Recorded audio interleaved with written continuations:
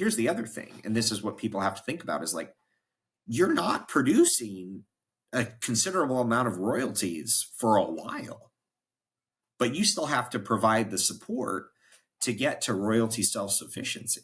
And there's so much more complexity to actually franchising a business because a franchisor is a coach. They're marketing professionals. They're motivators, therapists sometimes. And that's a completely different skill set.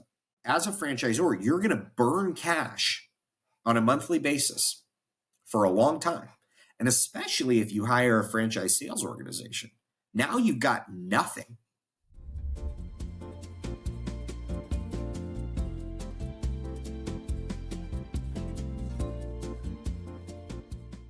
So what I'm curious. So what is that?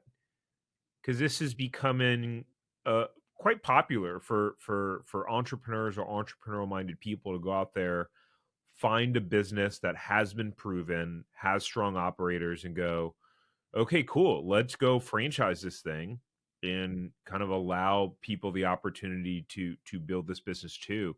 How does that conversation work? Like, because we have folks that listen that are kind of all over the map. So we may have folks that listen that might want to go do that sort of thing, right? Not in the not in the space that you're in, but maybe in other spaces. So how do you go about that? What's the process like? What are those conversations like? How do you go about structuring a deal? Break that down for us. Yeah, so it's funny. I had no playbook for this. There's not like there's no like template online of how you structure the acquisition of the franchise rights for a 30-plus-year-old blue collar business. So my There thought, should and be. there should be, right? My thought is that there's two separate businesses when you're franchising. There's, in this case, the power washing business that's 33 years old. And then there's the franchise business, two separate businesses. They require different infrastructure, different skill sets, different suppliers, different capital requirements. There's different P&Ls, and there's different knowledge on how to scale those businesses. So what I did is I created a different business, and I partnered with the founders in that new business, and I raised capital for that business. A lot of people who decide to franchise, they might think, hey, I've got a good business in epoxy coatings. I'm going to sell this business to someone else, and then they're going to have a good business, and then I'm going to collect a royalty, and it's going to be great.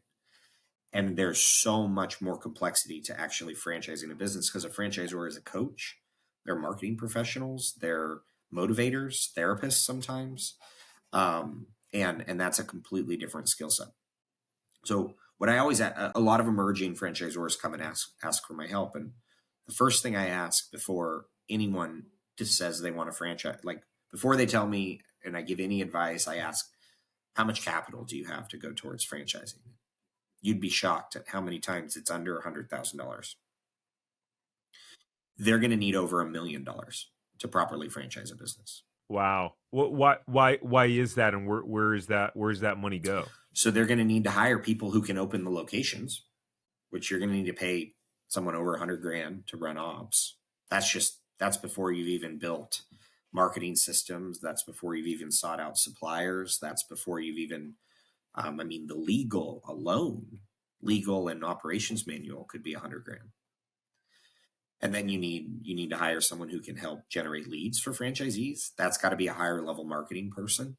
That marketing person has to be able to generate leads in like all 50 states potentially, right? So like so it's all typically going to go towards human capital along with like creating marketing materials, and you're going to need software for the franchisees to run their business. You're also going to need software for the franchisor to run their business because you have to know the data. You can't make decisions on how to support franchisees without data. That's all infrastructure that has to be built. So like for me, I took 7 months before we even sold franchises of building infrastructure to make sure that when we sold franchises, we'd be able to get them open and support.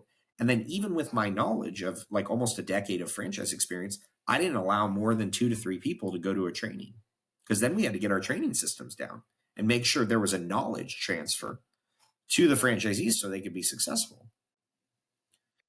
So like there's a whole ton of stuff, and That's like maybe a service business. If you here's the other thing, and this is what people have to think about, is like, you're not producing a considerable amount of royalties for a while, but you still have to provide the support to get to royalty self-sufficiency.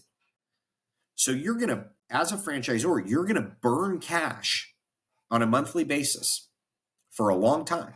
And especially if you hire a franchise sales organization, now you've got nothing, pretty much. You're losing money on franchise fees. So now you need more than $1 million. And no one is telling franchisors that. Because if they did, no one would become a franchisor. Oh man, and it's crazy because they do, and then you get those people that become franchisees at the beginning, not knowing what they're stepping into, Right. and then it becomes a bit of a disaster, and then it kind of gives just franchising as a whole a bad reputation. If you enjoyed this short clip from the podcast, you can check out another short clip right here.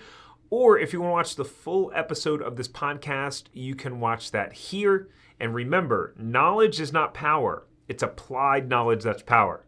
Take care. Have a great rest of your day.